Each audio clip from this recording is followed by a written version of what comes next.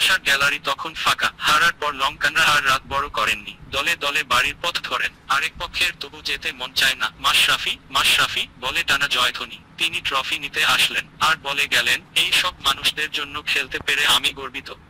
বাংলাদেশ সেদিন ৪৫ রানের জয়ে ১-১ ব্যবধানে টি-২০ সিরিজ শেষ করে। মঙ্গলবার শ্রীলঙ্কার বিপক্ষে প্রথম টি-২০তে টস করার সময় মাশরাফি অবসর ঘোষণা দেন, জানিয়ে দেন এই সিরিজের ২ ম্যাচ খেলেই টি-২০কে বিদায় বলবেন। এরপর নিজের ফেসবুক পেজে মাশরাফি একটি বিবৃতি দেন, সেখানে বলেন, তরুণ ক্রিকেটারদের জায়গা দিতে তার এই অবসর।